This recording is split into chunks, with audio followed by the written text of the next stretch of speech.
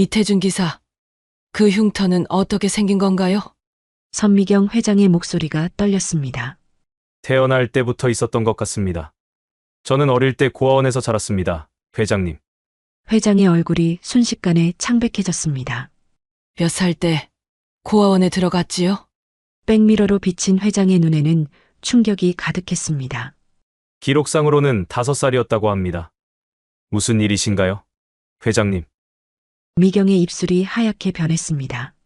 새로 들어온 운전기사와 회장, 과연 그들도 몰랐던 숨겨진 비밀은 무엇일까요? 청취하시면서 마음에 드시면 구독과 좋아요 부탁드려요. 지금 어디에서 듣고 계신가요? 여러분의 소식도 알려주세요. 그럼 이야기 속으로 떠나보실까요? 가을비가 서울 강남의 고층 빌딩들을 씻어내리고 있었습니다. 선진그룹 본사 앞에 검은색 고급 차량이 부드럽게 멈춰 섰습니다. 이태준은 거울에 비친 자신의 모습을 마지막으로 확인했습니다. 넥타이의 매듭이 살짝 삐뚤어져 있어 다시 고쳐맸습니다. 심장이 빠르게 뛰었습니다. 오늘은 그의 인생에서 가장 중요한 면접일지도 모릅니다. 이태준 씨. 로비에서 그를 맞이한 여성은 선진그룹 회장의 개인 비서 유소연이었습니다. 단정한 정장 차림에 차분한 표정을 짓고 있었습니다. 회장님께서 기다리고 계세요. 73층 회장실로 향하는 엘리베이터 안에서 태준의 손바닥에 땀이 배었습니다. 문이 열리자 서울 전체가 파노라마처럼 펼쳐진 창이 그를 맞이했습니다. 순간 숨이 멎는 듯 했습니다.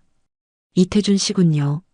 선미경의 목소리는 나이보다 훨씬 젊고 단단했습니다. 백발이 감싸는 얼굴에는 세월의 흔적이 깊게 새겨져 있었지만 그녀의 눈빛만은 여전히 날카롭고 생기 넘쳤습니다. 태준은 그 시선 앞에서 어깨가 절로 움츠러들었습니다. 네, 반갑습니다. 앉으세요. 이력서를 보니 운전 경력이 상당하더군요. 태준은 고개를 끄덕였습니다. 그의 인생은 거의 운전대를 잡고 살아온 시간이었습니다. 택시기사로 7년, 대리운전으로 5년, 그리고 여러 회사의 운전기사로 일했습니다. 미경은 창밖으로 잠시 시선을 돌렸습니다.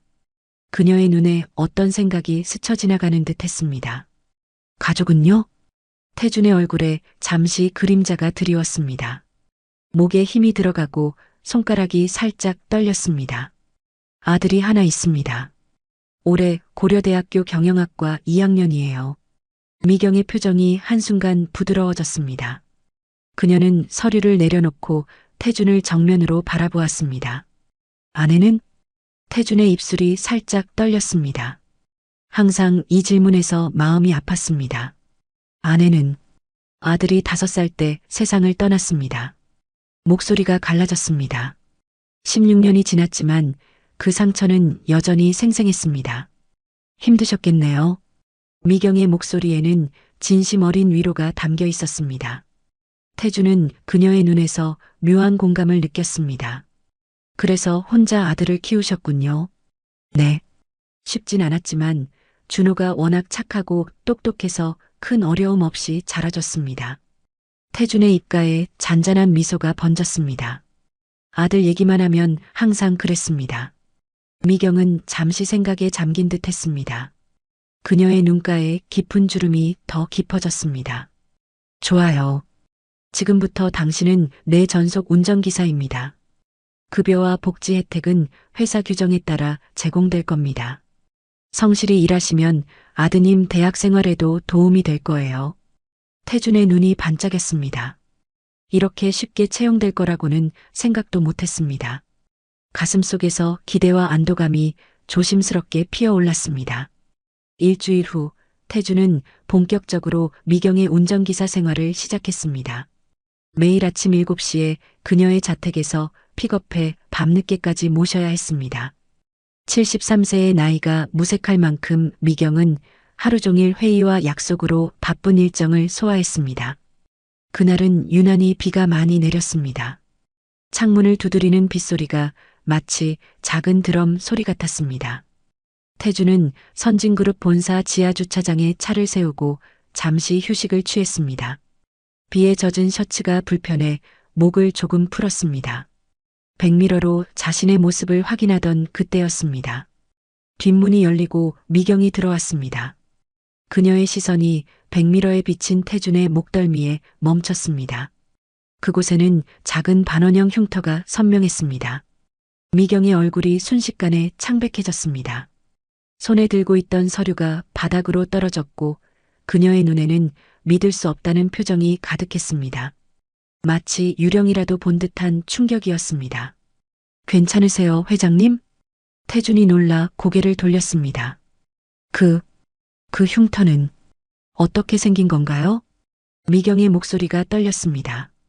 태준은 무의식적으로 자신의 목덜미를 만졌습니다. 이건 태어날 때부터 있었던 것 같아요. 제가 고아원에서 자랐거든요. 세빛 고아원이었어요. 미경의 눈에 순간 눈물이 고였습니다. 그녀의 손이 파르르 떨렸습니다. 태준은 그녀의 반응이 이해되지 않았습니다. 왜 낯선 운전기사의 흉터에 이렇게 동요하는 걸까요? 몇 살 때 고아원에 들어갔지요? 정확히는 모르지만 기록상으로는 5살이었다고 해요. 미경의 입술이 하얗게 변했습니다. 그녀는 급히 고개를 돌려 감정을 숨겼지만 태준은 그녀의 눈에 스친 충격과 슬픔을 놓치지 않았습니다. 그날 저녁 미경은 자신의 비서 소연을 긴급히 불렀습니다.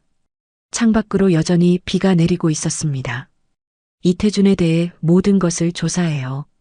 특히 세빛 고아원 입소 시기와 정확한 나이 그리고 그 목덜미 흉터에 대해서. 소연은 20년간 미경을 모셔왔지만 이런 다급하고 감정적인 모습은 처음이었습니다. 그녀는 미경의 손이 떨리는 것을 발견했습니다. 혹시 무슨 일이 있으신가요? 아직은 말할 수 없어요. 하지만 이건 내 인생에서 가장 중요한 일일지도 몰라요. 미경의 눈에는 46년간의 기다림과 고통이 스쳐 지나갔습니다. 한편 선진그룹 부회장실에서는 다른 움직임이 있었습니다. 강도연은 창밖의 서울 야경을 바라보며 와인 잔을 느릿하게 돌리고 있었습니다. 차가운 미소가 그의 얼굴에 드리워져 있었습니다. 부회장님, 보고 드릴 일이 있습니다. 도연의 비서가 조심스럽게 다가왔습니다. 회장님께서 새로운 전속 운전기사를 채용하셨습니다. 그런데 회장님께서 그를 특별히 신경 쓰시는 듯합니다. 오늘 갑자기 그에 대한 배경 조사를 지시하셨어요. 도연의 눈빛이 날카롭게 변했습니다. 그의 손가락이 와인 잔을 꽉 움켜쥐었습니다. 그 사람에 대해 모든 것을 알아내. 내가 모르는 건 하나도 있어선 안 돼. 빗소리만이 가득한 어둠 속에서 세 사람의 운명이 조용히 얽히기 시작했습니다. 태준의 목덜미에 새겨진 작은 흉터가 그들의 삶을 영원히 바꿔놓을 비밀의 시작이었습니다. 아침 햇살이 선진그룹 73층 회장실을 부드럽게 채웠습니다. 태준은 회장실 문 앞에서 잠시 숨을 고르며 넥타이를 바로잡았습니다. 어제 미경의 갑작스러운 호출은 그를 밤새 뒤척이게 만들었습니다. 가벼운 노크 후 태준은 조심스럽게 문을 열었습니다. 미경은 창가에 서 있었습니다. 그녀의 실루엣이 아침 햇살에 잠겨 있었습니다. 태준이 들어오자 그녀는 천천히 몸을 돌렸습니다. 그녀의 눈에는 어제와는 다른 감정이 깃들어 있었습니다. 기대와 두려움이 뒤섞인 듯 했습니다. 앉으세요, 태준 씨. 미경의 목소리는 어제보다 더 부드러웠습니다. 태준은 조용히 자리에 앉았습니다. 심장이 빠르게 뛰기 시작했습니다. 어제 제가 당신의 목덜미에 있는 흉터에 대해 물었죠. 태준은 무의식적으로 손을 목덜미로 가져갔습니다. 그 작은 반원형 흉터는 그의 정체성의 일부였습니다. 그것이 없는 자신을 상상할 수 없었습니다. 네, 태어날 때부터 있었다고 들었습니다. 미경은 천천히 그에게 다가왔습니다. 그녀의 발걸음은 무거웠습니다. 마치 오랜 시간을 건너오는 것 같았습니다. 고아원에서의 기억이 있나요? 5살 이전의 기억은요? 태준의 눈이 흔들렸습니다. 이런 질문을 받은 것은 처음이었습니다. 그는 기억을 더듬었습니다. 희미한 영상들이 물속에 잠긴 듯 흐릿하게 떠올랐습니다. 부모님에 대한 기억은 전혀 없습니다. 하지만 태주는 말을 멈추었습니다. 가슴속에서 무언가가 꿈틀거렸습니다. 오랫동안 묻어두었던 감정이었습니다. 가끔 꿈에서 저를 안아주는 여성의 모습이 나타납니다. 얼굴은 보이지 않지만 특별한 향기가 있었어요. 그 향이 저를 편안하게 해주었죠. 태준의 목소리가 작아졌습니다. 그 기억은 너무 사적이고 소중한 것이었습니다. 지금까지 아무에게도 말한 적 없는 비밀이었습니다. 미경의 눈가가 붉어졌습니다. 그녀는 천천히 서랍을 열어 작은 유리병을 꺼냈습니다. 병을 열자 방 안에 미묘한 향기가 퍼졌습니다. 그것은 프랑스 명품 향수의 향이었습니다. 순간 태준의 몸이 굳었습니다. 그 향기는 그의 가장 깊은 기억 속에 묻혀 있던 것이었습니다. 가슴이 조여들었습니다. 목이 메었습니다. 무언가가 그의 내면 깊숙한 곳에서 깨어나기 시작했습니다. 이 향기, 어디서 맡아본 것 같습니다. 태준의 목소리가 떨렸습니다. 이해할 수 없는 감정이 그를 덮쳤습니다. 미경은 눈물을 참으며 의자에 앉았습니다. 그녀의 손이 가늘게 떨렸습니다. 태준 씨, 제가 당신에게 부탁하고 싶은 것이 있습니다. DNA 검사를 해주실 수 있을까요?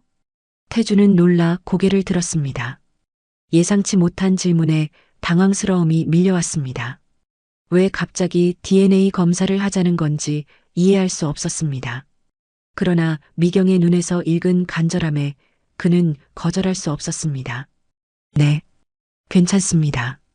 미경의 눈에서 안도의 빛이 번졌습니다. 그녀는 서둘러 유소연을 불러 검사 일정을 잡도록 지시했습니다. 그날 오후 선진그룹과 제휴한 종합병원에서 태준은 DNA 검사를 받았습니다. 그 과정은 생각보다 간단했습니다. 단지 구강 내벽의 세포 샘플만 채취하면 되었습니다. 그러나 그의 마음은 결코 간단하지 않았습니다. 무슨 일이 벌어지고 있는 걸까? 미경은 왜 이런 검사를 원하는 걸까? 그의 머릿속은 질문으로 가득 찼습니다. 병원을 나오는 태준은 주차장에서 우연히 강도연을 마주쳤습니다. 도연의 차가운 눈빛이 그를 꿰뚫는 듯 했습니다. 태준은 어색하게 고개를 숙여 인사했지만 도연은 그저 냉랭한 미소만 지었습니다. 태준이 자리를 떠나자마자 도연은 병원 6층으로 향했습니다. 그곳에는 의료원장 박진우가 기다리고 있었습니다. 진우의 얼굴은 긴장으로 굳어 있었습니다. 자네가 왜 이렇게 급하게 날 불렀나? 도연의 목소리는 차가웠습니다. 진우는 불안하게 주변을 살폈습니다. 부회장님, 방금 이태준이라는 사람이 DNA 검사를 받았습니다. 미경 회장님과의 관계를 확인하기 위한 검사입니다. 도연의 눈이 날카롭게 빛났습니다. 그의 턱 근육이 경직되었습니다. 무슨 말이지? 그 운전기사와 이모님이 무슨 관계가 있다고? 아직 확실치 않습니다. 검사 결과는 내일 나올 예정입니다. 도연은 잠시 생각에 잠겼습니다. 그의 머릿속에서 여러 가능성이 스쳐 지나갔습니다. 그리고 마침내 그는 결심한 듯 진우의 어깨를 꽉 잡았습니다. 박 원장, 자네와 내가 어떤 관계인지 잘 알지? 5년 전 그 의료사고, 내가 얼마나 자네를 도왔나? 진우의 얼굴이 창백해졌습니다. 그 사고는 그의 인생 최악의 실수였고 도연이 증거를 은폐해준 덕분에 그는 의사 면허를 지킬 수 있었습니다. 부회장님, 제발. 검사 결과가 어떻게 나오든 최종 보고서는 미경 회장님과 이태준이 혈연관계가 아니라는 것으로 만들어. 내일 결과가 나오면 즉시 확인하고 필요하다면 조작해. 진우의 손이 떨렸습니다. 그의 목소리는 거의 들리지 않을 정도로 작아졌습니다. 하지만 그건 불법입니다. 도연의 눈빛이 더욱 날카로워졌습니다. 그의 목소리는 얼음장같이 차가웠습니다. 선택권이 없어. 내 말대로 하지 않으면 그 사고 기록이 검찰에 넘어갈 거야.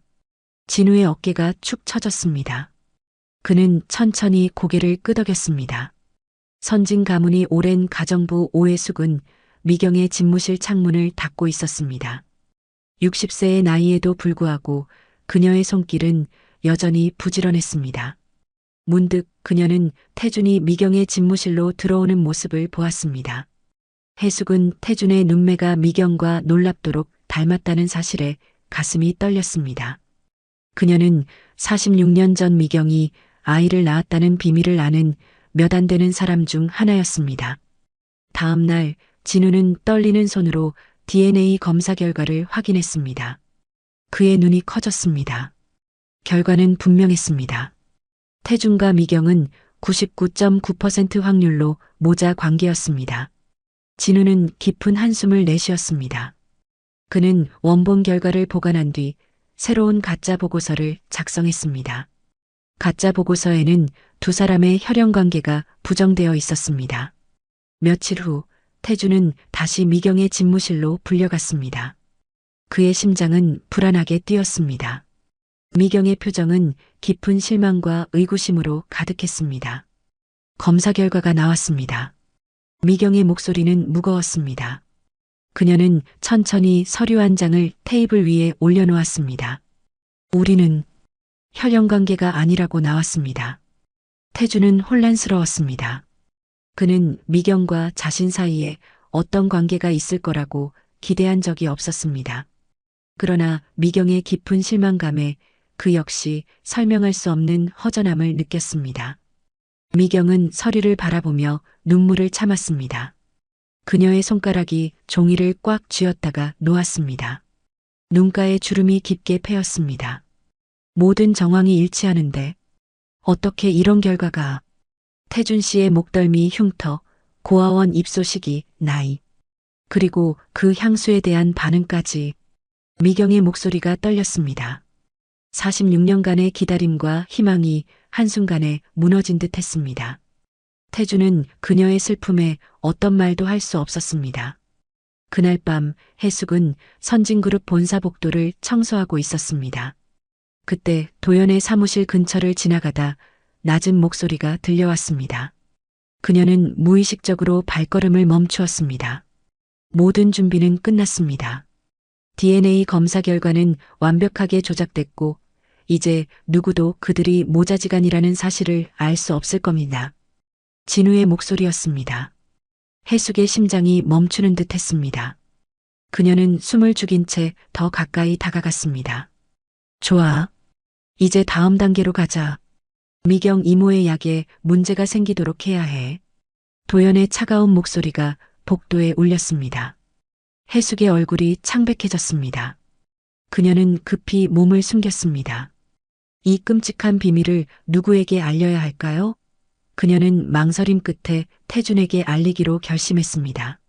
다음 날 아침 태준은 자신의 운전석에서 작은 메모를 발견했습니다. DNA 검사 결과가 조작됐습니다. 회장님이 위험합니다. 메모에는 서명이 없었습니다. 태준은 갑자기 등줄기에 식은땀이 흐르는 것을 느꼈습니다. 무슨 일이 벌어지고 있는 걸까요? 그는 혼란스러움 속에서 지하 주차장으로 향했습니다. 그곳에서 선진그룹 보안팀장 임대철이 그를 기다리고 있었습니다. 대철의 표정은 무거웠습니다. 태준아, 오랜만이다. 태준은 놀라 고개를 들었습니다. 대철은 같은 고아원 출신으로 그보다 몇 살 위 형이었습니다. 태준은 잠시 그를 알아보지 못했습니다. 대철 형? 대철은 주변을 살피며 태준에게 가까이 다가왔습니다. 그의 목소리가 낮아졌습니다. 들어봐, 중요한 얘기가 있어. DNA 검사 결과는 조작됐어. 실제로는 내가 미경 회장님의 아들이라는 결과가 나왔어. 태준의 세계가 순간 흔들렸습니다. 그의 눈앞이 하얗게 변했습니다. 어떻게 그걸 알아? 대철의 눈에 슬픔이 깃들었습니다. 그는 깊은 한숨을 내쉬었습니다. 난 도연 부회장에게 큰 빚이 있어. 개인 사업 실패로 그에게 돈을 빌렸는데 그 대가로 회사 내부 정보를 제공하라는 협박을 받고 있었어. 하지만 이건 너무 심해. 넌 내 동생이나 다름없으니까. 그리고 회장님께 이런 일이 벌어지는 걸 그냥 볼 수 없어. 대철의 목소리가 떨렸습니다. 태준은 충격 속에서도 그의 진심을 느낄 수 있었습니다. 정말 내가 미경 회장님의 아들이라고? 태준의 말은 거의 속삭임에 가까웠습니다. 대철은 고개를 끄덕였습니다. 박진우 원장이 원본 검사 결과를 보관하고 있어. 99.9% 확률로 너희는 모자 관계야. 도연이 그를 협박해서 가짜 보고서를 만들게 했어. 태준의 마음속 깊은 곳에서 오랫동안 잠자고 있던 무언가가 깨어나기 시작했습니다. 이제 모든 것이 이해되기 시작했습니다. 그 향수의 향기, 미경의 반응, 꿈에서 보던 여성의 모습. 그의 인생은 이제 완전히 다른 방향으로 흘러가기 시작했습니다. 태주는 아파트 거실에 멍하니 앉아 있었습니다. 창밖으로 내리는 비는 그의 혼란스러운 마음처럼 흐릿하게 세상을 덮고 있었습니다. 대철이 알려준 충격적인 사실은 그의 삶을 완전히 뒤흔들어 놓았습니다. 그가 정말 선미경의 아들이라고? 이제까지 알고 있던 자신의 정체성이 모두 거짓이었다는 것이 믿기지 않았습니다. 현관문이 열리는 소리가 들렸습니다. 준호가 우산을 털며 들어왔습니다. 대학교 수업을 마치고 돌아온 아들의 모습에 태주는 잠시 현실로 돌아왔습니다. 준호는 평소와 다른 아버지의 표정을 보고 걱정스러운 눈길을 보냈습니다. 아빠, 무슨 일 있어요? 태주는 깊은 한숨을 내쉬었습니다. 이 충격적인 진실을 아들에게도 숨길 수는 없었습니다. 그는 떨리는 목소리로 지난 며칠간 있었던 모든 일을 털어놓았습니다. 목덜미의 흉터, DNA 검사, 조작된 결과, 그리고 대철의 폭로까지. 준호의 눈이 점점 커졌습니다. 그의 손이 책상을 꽉 움켜쥐었습니다. 아빠가 선진그룹 회장님의 아들이라고요? 준호의 목소리는 놀라움으로 가득했습니다. 태주는 고개를 끄덕였습니다. 아직도 그 사실이 비현실적으로 느껴졌습니다. 하지만 확실한 증거가 필요해요. 준호는 경영학과 학생다운 실용적인 접근법으로 상황을 분석하기 시작했습니다. 그는 노트북을 꺼내 인터넷 검색을 시작했습니다. 선미경 회장님에 대한 과거 기록을 찾아볼게요. 태주는 아들의 냉정한 판단력에 새삼 놀랐습니다. 준호는 빠르게 키보드를 두드리며 집중했습니다. 몇 시간 후 준호는 중요한 정보를 발견했습니다. 아빠, 여기 봐요. 46년 전 기사예요. 선미경 씨가 갑자기 해외로 떠났다가 1년 후에 돌아왔다는 내용이에요. 태준의 심장이 빠르게 뛰기 시작했습니다. 1년은 임신과 출산을 숨기기에 충분한 시간이었습니다. 아빠가 고아원에 맡겨진 시기와 일치해요. 준호의 목소리가 흥분으로 떨렸습니다. 그는 계속해서 선진그룹에 대한 정보를 검색했습니다. 경영학과에서 배운 기업 분석 방법론을 활용해 지배구조와 주주 현황을 심층 분석했습니다. 강도연 부회장이 최근 5년간 계열사 임원들을 자신의 측근으로 교체해왔어요. 미경 회장님이 물러나면 이사회 투표로 즉시 경영권을 장악할 수 있는 구조를 만들어 놓은 것 같아요. 태주는 이마에 손을 얹었습니다. 상황이 점점 복잡해졌습니다. 그의 가슴 한편에는 분노가 자라기 시작했습니다. 도연이 자신의 출생의 비밀을 조작했을 뿐만 아니라 어머니인 미경까지 위험에 빠뜨리려 한다는 사실이 용납되지 않았습니다. 준호는 고려대 법대에 다니는 친구와 의대에서 법의학을 전공하는 다른 친구에게 각각 전화를 걸었습니다. 법대 친구에게는 상속법과 관련된 법률 자문을, 의대 친구에게는 DNA 검사의 신뢰성에 대한 조언을 구했습니다. 통화를 마친 준호는 진지한 표정으로 아버지를 바라보았습니다. 아빠, 만약 할머니와의 혈연관계가 증명된다면 법적으로는 상속권이 자동으로 발생합니다. 하지만 문제는 그 증명 과정이에요. 우리는 확실한 증거가 필요해요. 태준의 눈이 흔들렸습니다. 그는 갑자기 큰 부담감을 느꼈습니다. 상속이라니, 그는 단지 진실을 알고 싶었을 뿐이었습니다. 자신의 뿌리, 정체성을 알고 싶었을 뿐이었습니다. 난 상속 같은 건 생각하지 않았어. 그저. 태준의 목소리가 갈라졌습니다. 준호는 아버지의 어깨를 부드럽게 두드렸습니다. 알아요, 아빠. 하지만 우리가 알아야 할 것은 도연 부회장이 왜 이렇게까지 하는지예요. 다음 날 태주는 평소처럼 미경을 모시고 병원에 갔습니다. 미경의 정기 검진 일정이었습니다. 대기실에서 기다리던 태주는 미경의 주치의가 처방한 약에 대해 우연히 듣게 되었습니다. 미경이 심장 질환을 앓고 있어 지속적인 약물 치료가 필요하다는 사실이었습니다. 그날 저녁 태주는 선진그룹 본사 지하 주차장에서 차를 점검하고 있었습니다. 그때 주차장 구석에서 도연과 박진우 의사의 목소리가 들려왔습니다. 태주는 무의식적으로 몸을 숨겼습니다. 회장님의 약에 이 성분을 조금씩 섞어 서서히 신장 기능을 저하시키는 물질이야. 갑작스러운 변화가 아니라 점진적인 악화로 보이게 해야 해. 도연의 차가운 목소리가 주차장에 울렸습니다. 태준의 심장이 멈추는 듯 했습니다. 그들이 미경을 해치려 한다는 사실이 믿기지 않았습니다. 그는 그 자리에 얼어붙은 채 숨조차 제대로 쉴 수 없었습니다. 하지만 그건 너무 위험합니다. 회장님은 이미 신장 기능이 약하신데. 진우의 목소리가 떨렸습니다. 도연은 냉정하게 대답했습니다. 선택권이 없어. 우리가 행동해야 할 시간이 얼마 남지 않았어. 태주는 주먹을 꽉 쥐었습니다. 분노와 두려움이 그를 압도했습니다. 그는 증거가 필요했습니다. 대철에게 연락해 도움을 요청했습니다. 다음 날 대철의 도움으로 태주는 중요한 발견을 했습니다. 도연이 회사 내 직원들을 감시하기 위해 자신의 사무실 근처 곳곳에 녹음 장치를 설치해 두었는데 아이러니하게도 그중 하나가 도연 자신의 대화를 녹음하고 있었던 것입니다. 대철은 보안팀장으로서 이 장치들의 위치를 알고 있었고 환풍기 뒤쪽에 숨겨진 녹음기를 태준에게 보여주었습니다. 도연이 너무 편집증적이라 회사 곳곳에 이런 장치를 설치했어. 자기 말을 누가 듣고 있을까봐 항상 불안해하거든. 태준은 조심스럽게 녹음기의 내용을 확인했습니다. 그곳에는 도연이 미경을 해치려는 계획이 모두 담겨 있었습니다. 녹음된 목소리는 선명했고 도연과 진우의 대화를 완벽하게 담고 있었습니다.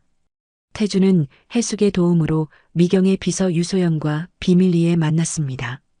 처음에 소연은 태준의 말을 의심했지만 녹음 내용을 듣고 믿기 시작했습니다. 이건 정말 끔찍해요. 회장님을 보호해야 해요. 소연의 얼굴이 창백해졌습니다. 태준은 고개를 끄덕였습니다. 우리가 함께 회장님을 지켜야 합니다. 태준, 대철, 소연은 미경을 보호하기 위한 비밀팀을 구성했습니다. 그들은 미경의 약을 안전하게 관리하고 도연의 추가적인 음모를 방지하기 위한 계획을 세웠습니다. 대철은 보안 카메라를 추가로 설치했고 소연은 미경의 음식과 약을 직접 확인하기 시작했습니다. 한편 준호의 의대 친구는 새로운 DNA 검사에 대한 조언을 주었습니다. 병원에서 하는 공식 검사는 위험해. 도연 부회장이 또 손을 댈 수 있으니까. 우리는 독립적인 연구소를 통해 비밀리에 검사를 진행해야 해. 준호는 친구의 도움으로 신뢰할 수 있는 연구소를 찾았고 새로운 검사를 비밀리에 진행하기로 했습니다. 도연은 태준에 대한 조사를 더욱 강화했습니다. 그는 태준의 과거를 파헤치며 약점을 찾기 시작했습니다. 태준의 전 직장들에 연락해 정보를 수집했습니다. 마침내 그는 중요한 정보를 발견했습니다. 태준이 7년 전 음주운전으로 면허가 잠시 정지된 기록이었습니다. 도연은 차가운 미소를 지었습니다. 이제 그는 태준을 압박할 수 있는 무기를 가지게 되었습니다. 도연은 태준의 과거 기록을 언론에 흘려 그의 신뢰성을 떨어뜨릴 계획을 세웠습니다.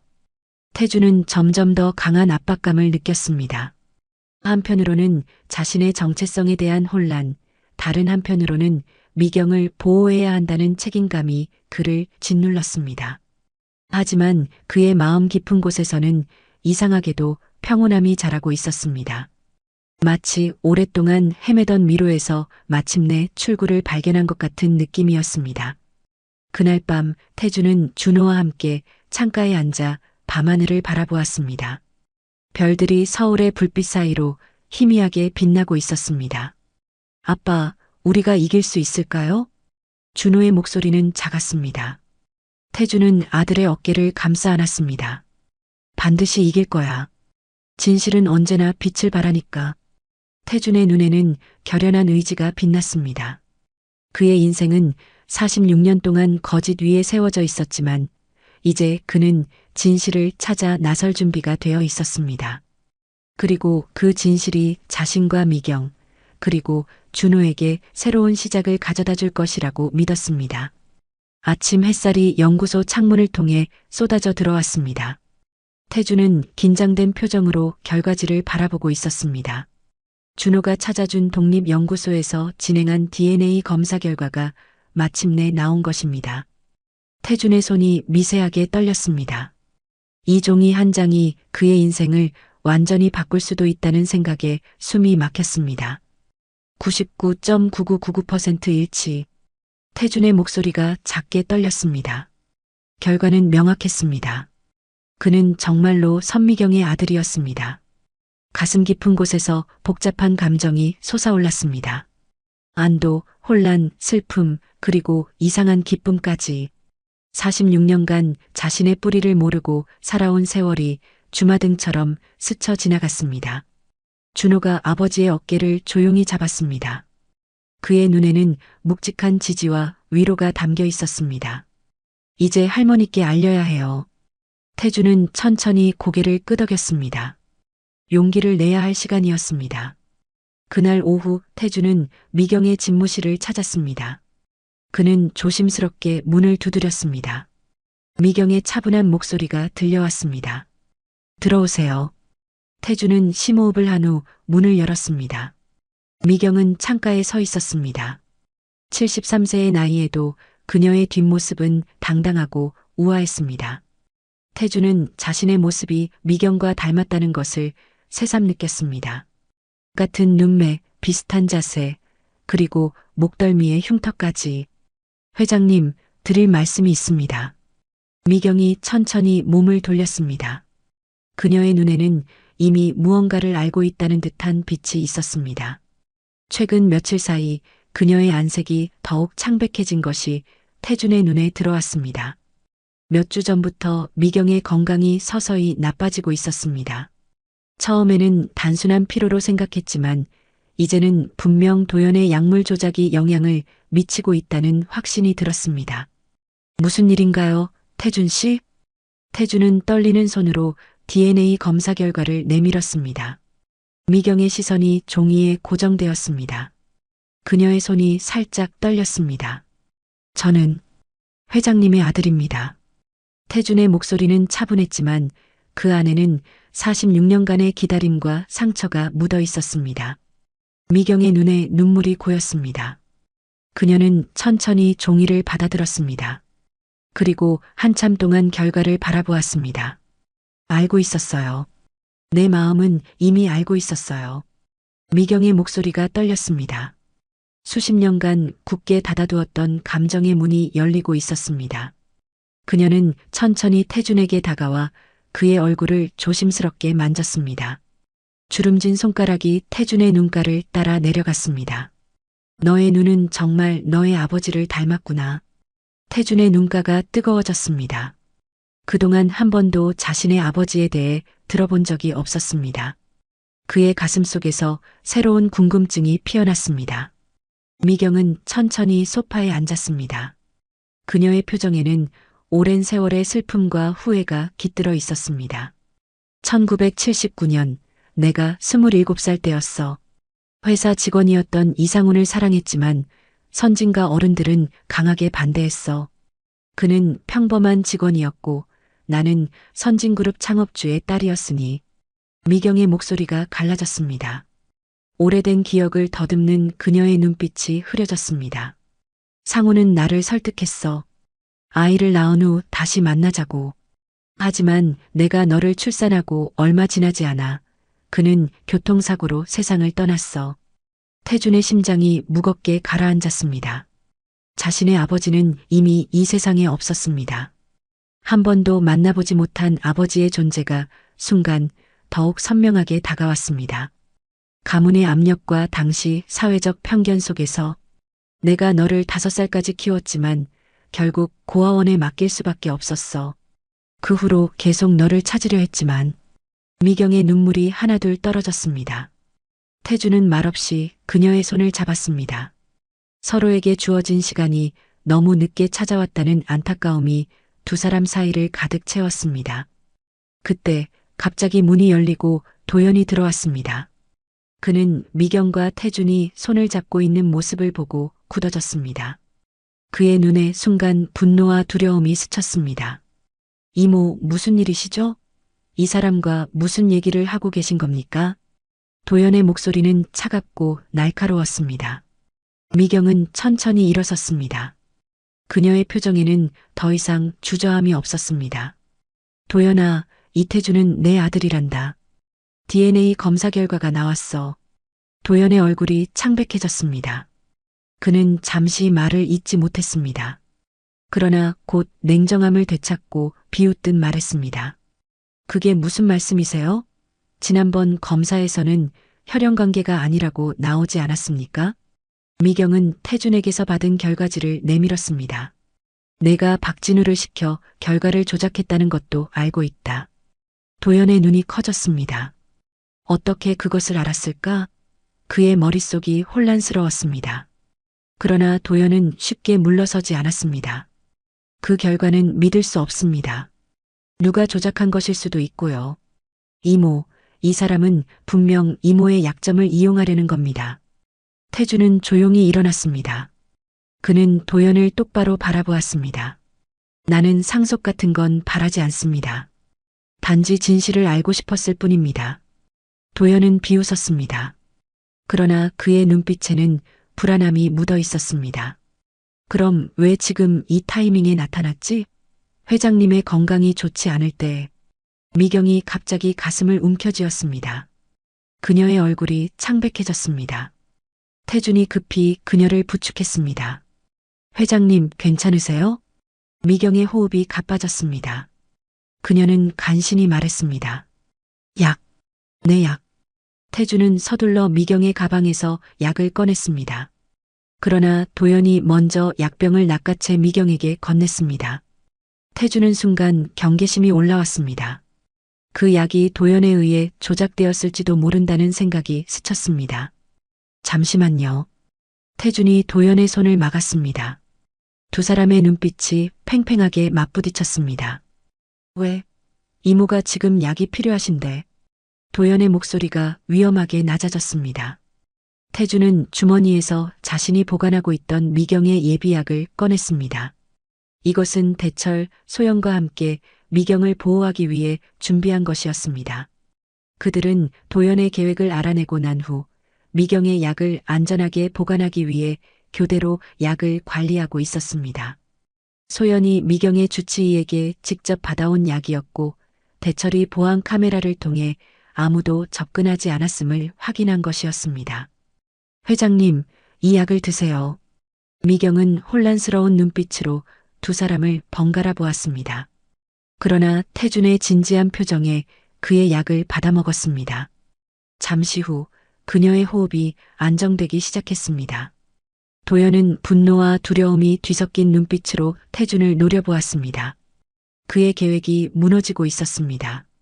며칠 후 선진그룹 창립 50주년 기념식 준비가 한창이었습니다. 미경은 이 자리에서 태준을 자신의 아들로 공식 발표하기로 결심했습니다. 태준은 마음이 복잡했습니다.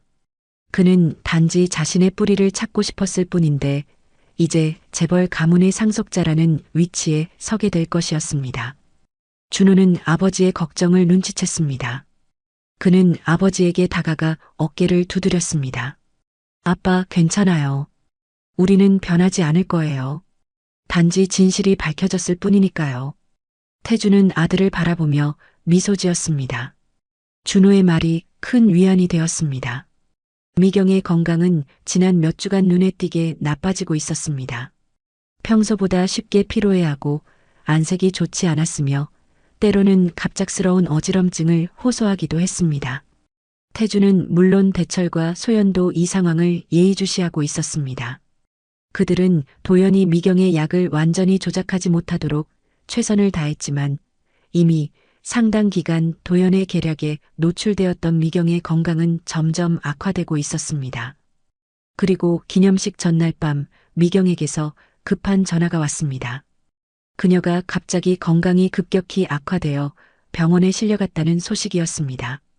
태주는 심장이 멈추는 듯한 충격을 받았습니다. 도연이 결국 더 강한 손을 썼다는 직감이 들었습니다. 병원에 도착한 태주는 중환자실 앞에서 의사의 설명을 들었습니다. 미경의 심장 기능이 급격히 저하되었으며 이식이 필요한 상황이라는 말에 그의 다리가 후들거렸습니다. 제가 심장을 기증하겠습니다. 태준의 말에 의사는 놀란 표정을 지었습니다.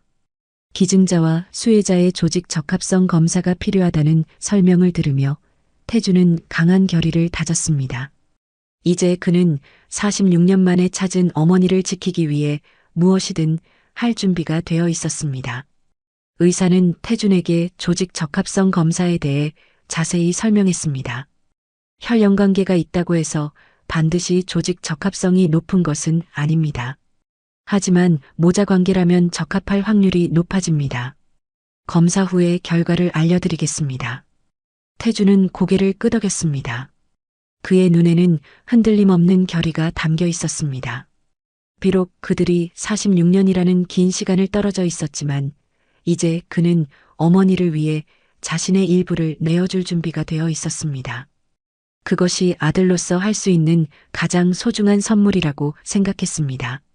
선진그룹 창립 50주년 기념식장은 화려한 조명과 꽃으로 가득했습니다. 태주는 무대 뒤편에서 깊은 숨을 내쉬었습니다. 어젯밤 그는 미경의 심장 기증 적합성 검사에서 놀라운 결과를 받았습니다. 조직 적합성이 매우 높게 나왔고 의사는 이런 수준의 일치는 모자 관계에서도 흔치 않은 행운이라고 말했습니다. 수술은 내일로 예정되어 있었습니다. 오늘은 모든 것이 결정되는 날이었습니다. 미경은 비록 병상에 누워 있지만 기념식에 영상 메시지를 보내고 태준을 공식적으로 아들로 소개하기로 했습니다. 태준의 손에는 작은 녹음기가 들려 있었습니다. 그것은 도연의 음모가 담긴 결정적 증거였습니다. 준비됐어요, 아빠?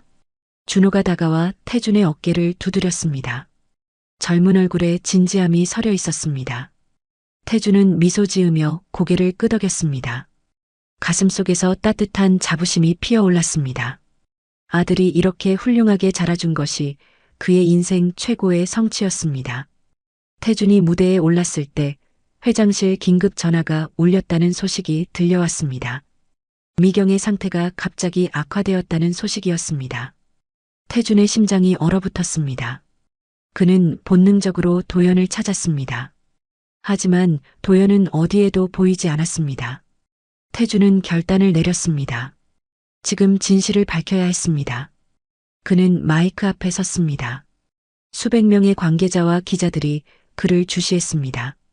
저는 이태준입니다.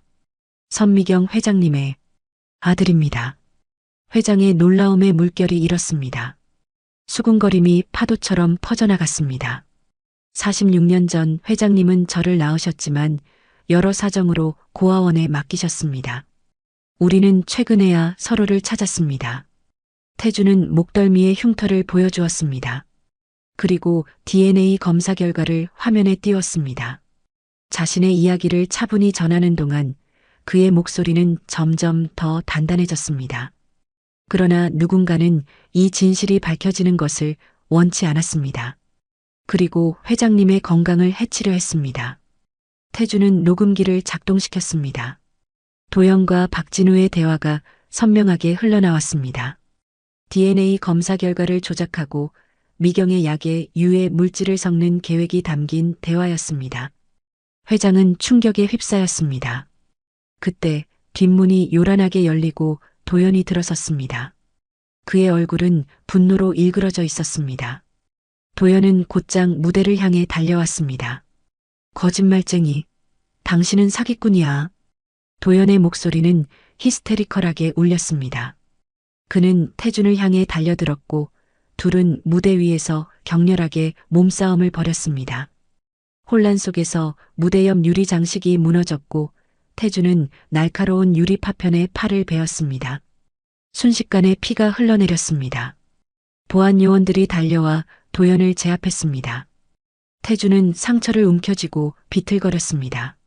준호가 급히 아버지에게 달려와 부축했습니다. 아빠, 괜찮으세요? 태준은 희미하게 미소 지었습니다. 그의 시야가 점점 흐려졌습니다. 피를 너무 많이 흘린 것 같았습니다. 그는 준호의 팔에 기대어 무대에서 내려왔습니다. 경찰이 도착해 도연을 체포했습니다. 도연은 끝까지 저항하며 소리쳤습니다. 이건 내 것이었어. 선진그룹은 내 것이었다고. 그의 얼굴에는 분노와 함께 깊은 상실감이 서려 있었습니다. 순간 도연의 눈에서 눈물이 흘러내렸습니다. 아버지와의 약속이었다고. 내가 반드시 선진그룹을 되찾아 우리 가문의 자존심을 세워야 한다고. 도연의 절규에는 평생의 집착과 아버지에 대한 맹목적 충성이 담겨 있었습니다. 그의 세계가 무너지는 순간이었습니다. 태준은 그 모습을 보며 이상한 연민을 느꼈습니다. 모든 것을 가지려다 모든 것을 잃은 사람의 모습이었습니다. 태준은 병원으로 이송되었습니다. 다행히 큰 혈관은 다치지 않았지만 상당한 출혈로 수술이 필요했습니다. 그러나 태준의 마음은 미경에게 가 있었습니다. 어머니는 어떠세요? 준호가 의사와 통화를 마친 후 다가왔습니다. 할머니 상태는 안정되셨어요. 아빠가 많이 걱정하셨나 봐요. 태준은 안도의 한숨을 내쉬었습니다. 그제야 자신의 팔 통증이 느껴졌습니다. 하지만 그보다 더 중요한 것은 내일 있을 신장 이식 수술이었습니다. 내일 수술 꼭 받아야 해. 태준의 목소리가 약해졌습니다. 준호는 아버지의 손을 꼭 잡았습니다. 걱정 마세요, 아빠. 다 잘 될 거예요. 수술 전날 밤 태준은 만약의 상황을 대비해 유언장을 작성했습니다. 그는 자신의 모든 것을 준호에게 물려준다는 내용이었습니다. 펜을 놓으며 태준은 자신의 인생을 돌아보았습니다. 고아원에서의 외로운 시간, 아내와의 짧았던 행복, 준호를 키우며 느꼈던 기쁨과 고단함, 그리고 이제 찾은 어머니와의 인연까지. 다음 날 아침 태준은 수술실로 향했습니다. 그는 미경의 병실을 잠시 들렀습니다. 73세의 노인은 창백하게 누워 있었지만 아들을 보자 눈에 광채가 돌았습니다. 태준아. 미경의 목소리는 약했지만 그 안에는 강한 모성애가 담겨 있었습니다. 태준은 어머니의 손을 조심스럽게 잡았습니다. 걱정 마세요. 모든 게 잘 될 거예요. 미경의 눈에 눈물이 고였습니다. 46년의 이별 끝에 찾은 아들이 이제 그녀의 생명을 구하려 하고 있었습니다. 수술은 8시간 동안 이어졌습니다. 의료진은 먼저 태준에게서 신장을 적출했습니다. 건강한 신장이 조심스럽게 미경의 몸으로 이식되었습니다. 수술 과정에서 작은 합병증이 있었지만 의사들의 신속한 대처로 무사히 해결되었습니다. 수술실 밖에서 준호는 초조하게 결과를 기다렸습니다. 마침내 주치의가 나와 성공적인 수술 소식을 전했을 때 준호는 안도의 눈물을 흘렸습니다. 두 분 모두 회복이 필요하시지만 신장은 정상적으로 기능하기 시작했습니다. 특히 조직 적합성이 높아 거부 반응 위험이 낮습니다. 태준의 신장이 미경의 몸에서 잘 기능하기 시작했고 두 사람 모두 회복 과정에 들어섰습니다. 이 과정에서 준호는 놀라운 리더십을 발휘했습니다. 그는 아버지와 할머니의 수술 기간 동안 가족 대변인 역할을 맡아 언론 대응을 조율했습니다. 준호는 경영학과에서 배운 지식을 활용해 투자자들의 불안을 잠재웠습니다. 그는 주요 주주들과 화상 미팅을 진행하며 회사의 안정을 약속했습니다. 우리 가족은 선진그룹의 가치와 미래를 믿습니다. 아버지와 할머니께서 회복하시면 더 강력한 리더십으로 회사를 이끌어 나갈 것입니다. 준호의 침착하고 전문적인 대응은 주가 하락을 최소화했고 많은 이들에게 깊은 인상을 남겼습니다. 3개월 후 태준과 미경은 완전히 회복했습니다. 도연은 업무상 배임, 상해, 미수, 증거 조작 등의 혐의로 재판을 받게 되었습니다. 재판 과정에서 그의 과거가 더 자세히 드러났습니다. 어린 시절부터 아버지의 집착적인 기대에 시달려온 그는 사실 경영권보다 아버지의 인정을 갈망했다는 것이 밝혀졌습니다. 박진우 원장은 증거를 제공하는 대신 감형을 받았고 대철도 비슷한 조건으로 협조했습니다. 미경은 태준에게 회사 일을 돕자고 제안했습니다. 처음에 태준은 망설였지만 자신만의 방식으로 기여할 수 있다는 생각에 동의했습니다. 그는 운전기사로서의 현장 경험을 살려 직원들의 처우 개선과 현장 중심 경영을 강조했습니다. 특히 태준은 회사 운전기사들과 현장 근로자들의 복지 향상과 근무 환경 개선 프로젝트를 성공적으로 이끌었습니다. 그의 현장의 목소리를 듣는 경영 철학은 직원들에게 큰 호응을 얻었습니다. 3년 후 미경은 태준에게 회장직을 물려주기로 결정했습니다. 76세의 나이에 그녀는 자문역으로 물러나고 태준은 선진그룹의 새로운 회장으로 취임했습니다. 태준의 첫 번째 사업은 선미경 장학재단 설립이었습니다. 이 재단은 고아원 출신 학생들에게 교육 기회를 제공하고 취업 지원을 통해 그들이 사회에 성공적으로 정착할 수 있도록 도왔습니다. 태준은 자신이 자랐던 세빛 고아원을 방문했습니다. 아이들 앞에서 그는 자신의 이야기를 진솔하게 들려주었습니다. 여러분의 출발점이 어디든 꿈을 포기하지 않으면 언젠가는 이루어집니다. 아이들의 눈이 반짝였습니다. 그들에게 태준의 이야기는 희망의 메시지였습니다. 준호도 대학을 졸업하고 선진그룹에 입사해 디지털 혁신 담당으로 발탁되었습니다. 그는 자신의 또래 직원들로 구성된 영 이노베이션 팀을 조직해 새로운 비즈니스 모델을 개발했고 이는 선진그룹의 새로운 성장 동력이 되었습니다. 미경, 태준, 준호. 세 세대의 시너지는 선진그룹을 더욱 강하게 만들었습니다. 미경의 결단력, 태준의 현장 감각, 준호의 혁신 정신이 완벽하게 조화를 이루었습니다. 어느 평화로운 일요일, 세 사람은 미경의 별장에 모였습니다. 그들은 정원에서 차를 마시며 지난 시간을 돌아보았습니다. 가끔은 꿈을 꾸는 것 같아요. 미경의 목소리에는 감사함이 묻어났습니다. 태준은 어머니의 손을 잡았습니다. 그의 목덜미에 있는 반원형 흉터가 햇살에 반짝였습니다. 이제 그 흉터는 더 이상 상처의 상징이 아닌 그들을 다시 연결해준 운명의 표식이었습니다. 다음 날 아침 태준은 자신의 사무실 창문을 통해 서울 도시 전경을 바라보았습니다. 운전기사에서 시작해 재벌 그룹 회장이 된 자신의 여정이 믿기지 않았습니다. 그는 창밖으로 보이는 수많은 차들을 바라보며 미소 지었습니다.